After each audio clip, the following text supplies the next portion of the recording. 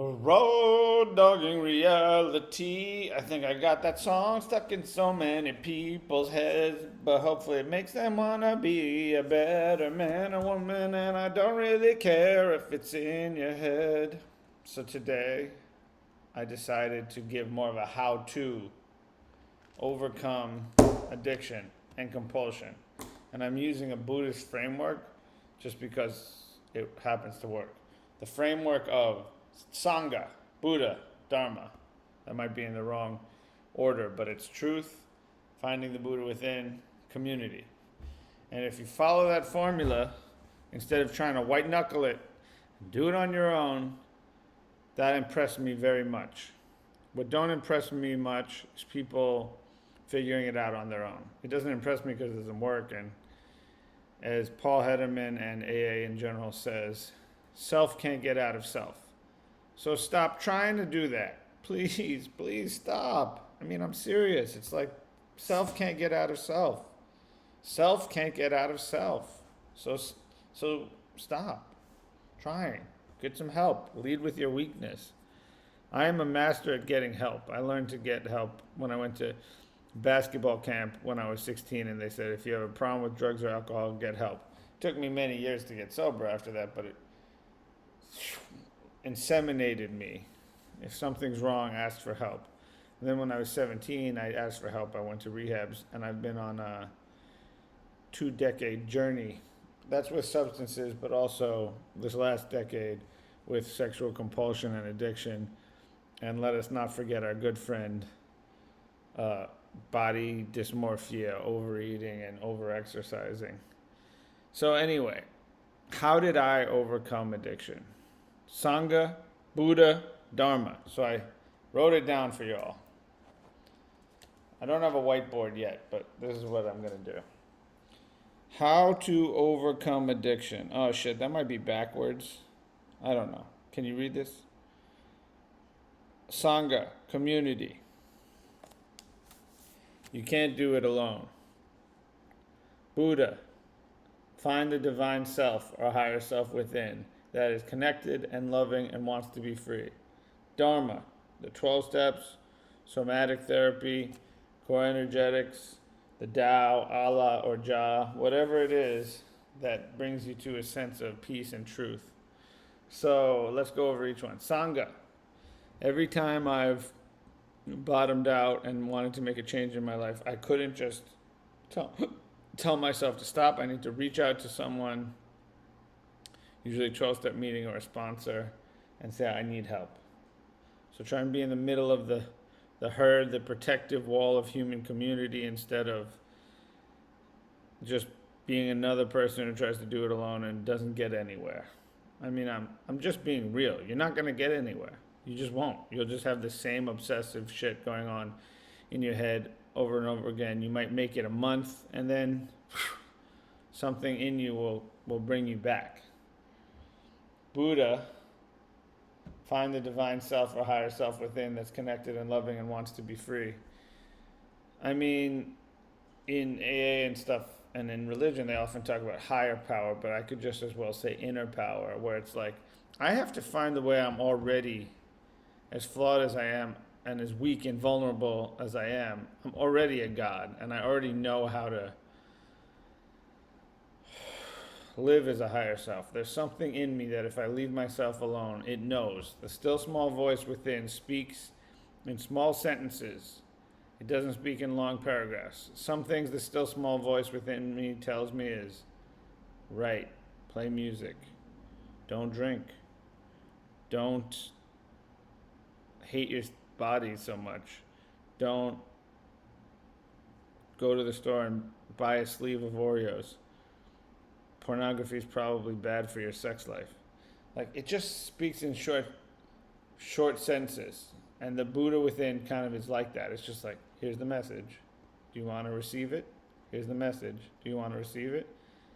Or did you clear the runway for it? Or are you just like, no, here's what it sounds like when your ego's in control. Well, I just drink, a little bit. Like, I don't drink that much. Blah, blah, blah.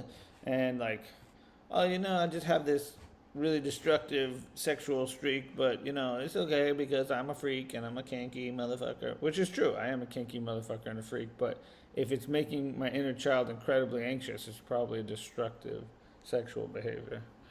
Or it'll be like, it's okay to try and fix myself with a new diet du jour, or alternatively just pack away a pint of ice cream because I feel bad. And the higher inner, and I don't mean to denigrate it. It's like you come by those things honestly. All addiction is just medication for untreated trauma. But at some point, we have to be our adult higher self that says, "I know the difference between the still small voice within that's sending me fucking marching orders to go 100% into my higher self and to be real and stop doing the things that harm me. Am I going to listen to those marching orders as an adult self, or am I going to keep with the blah, blah, blah, blah, blah justification?" Number 3, the dharma. I love the 12 steps just because they worked. They helped me so much. They're formulaic in a way that I like, this step after this step. And I know so many people who hate 12-step programs, and that's so good. I'm glad that there's dissenting opinions. A lot of times I don't see a lot of those people doing as well as the people I see in the 12-step programs, just from my experience, because it's almost like they're fueled by resentment. But could be the 12 steps. But people used to get sober with the Nation of Islam. It had nothing to do with the 12 steps. It was spirituality, community, and finding their higher self. People get sober in lots of ways. If you look at the numbers, I don't even think 12-step groups are that efficient. It's just that I wish that you could do a study of the numbers of the people who really do it, fully with authenticity. But I said Allah, Jah, the Tao. Non-duality for me was probably as big as the 12 steps because they're the same thing.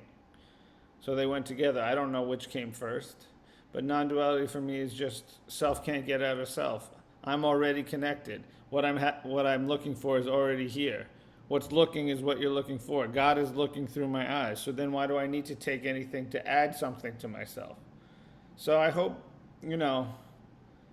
you just get to a point of beaten downness. It doesn't have to be like you're a hobo on the street. I don't think people say hobo anymore. You could just be really sick of your own justifications and then actually get help because you're not that different from anyone else. When I was drinking like 10 drinks a week. That's not a lot, but I knew that it was preventing me from my highest self. When I was sexually acting out, it was way more overt. That's why I was probably able to surrender to 12-step programs as a whole, which is a big surrender. But whatever problem you have, just don't do it alone. Even if it's just your fucking therapist, you and your therapist, please God, listen to this still small voice within. I beg you for the sake of all of us.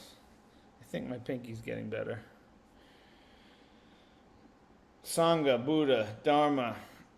And if you're trying to figure it out on your own and be, you're trying to be strong, because it doesn't have to do with strong and weak. It has to do with spirit, contra spirit, spirits, or spirits. Well, oh God, never mind. I've taken this too far. Sex is good. Sexual behavior that creates a lot of pain probably needs a little work from the still small voice within. So this is fine, but weird. So Buddha, Sangha, Dharma, don't try and figure it out alone. Get into the middle of the pack. Ask for lots of help. You deserve it. I think my next YouTube will be about how you deserve it, and that's probably one of the biggest blocks. So enjoy raw dogging reality, or your attempt. I also fell down 1,000 times and got up 1,001. That's another YouTube coming up. So don't worry about it. Just keep trying to tune into the still small voice within. That don't impress me much. Well, that does actually. That's the one thing that impresses me much. People tuning into the still small voice within. Everything else don't impress me much.